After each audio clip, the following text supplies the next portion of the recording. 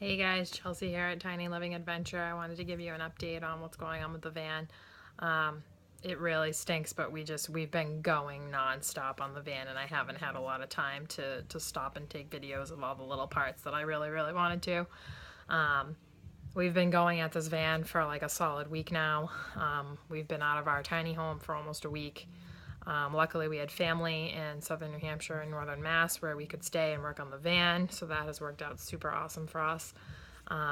Billy's dad also had a heated garage that was just tall enough for us to get the van into so we could work on it. The weather here has gotten cold. Even northern New Hampshire has gotten snow, so it's definitely getting that freezing point, and there's a lot of wind, and we've had rain, and working on the van outside would have been just about impossible. Or just taken double the time it's taken us. So the week we have in, we're actually really lucky that it hasn't taken longer than that.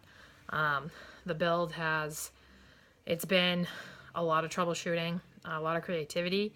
You kind of have to put pieces together of a variety of different things. So it could be from a car, an RV, from a van distributor, or, there's all these just crazy parts. And some of it we actually had to build ourselves. Billy's luckily very handy and crafty, and he can really get creative with parts. So far everything we've made ourselves has worked really well and fitted really well.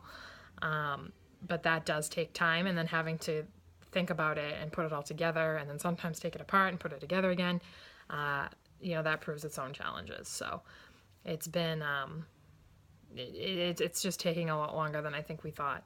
Upholstering took like a full day. There's just like a lot of really thin pieces and then crazy bump out curves, and upholstering is a lot harder than I had thought. Even the cushions, like getting it to like lay flat and not puff up when you sit on it, and getting the right size foam. I can't believe how hard it's been to find the right size foam. Who would have thought? I went to like 10 craft stores and I had the hardest time finding the right foam.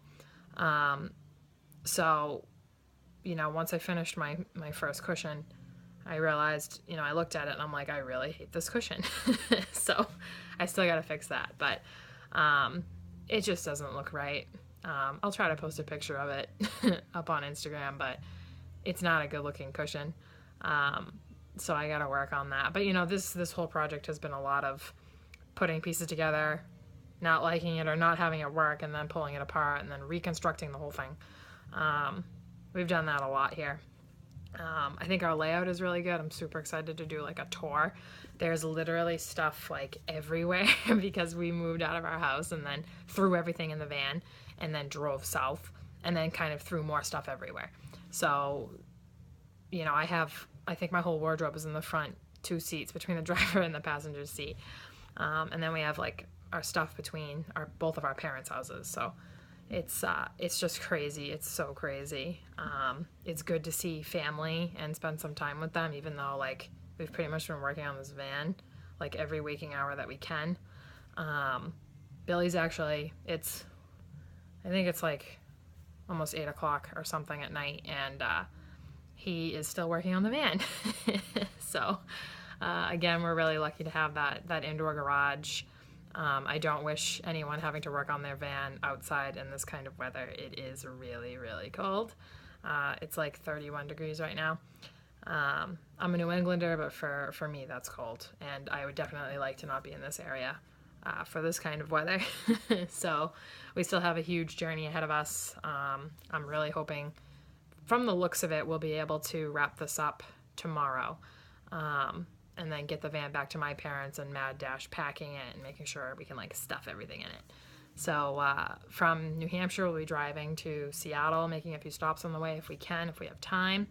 I think we're pretty much going to make time to do some exploring because we're explorers. But we got to get to Seattle, and we are going to be flying out to Hilo, Hawaii, December 11th. And we'll be on a farm working and learning about Korean natural farming and microbial farming and all that awesome stuff.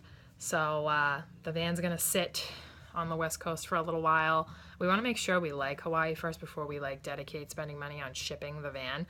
But it's not that expensive, and if you look at how expensive rent is in Hawaii, shipping it is like a month's worth of rent.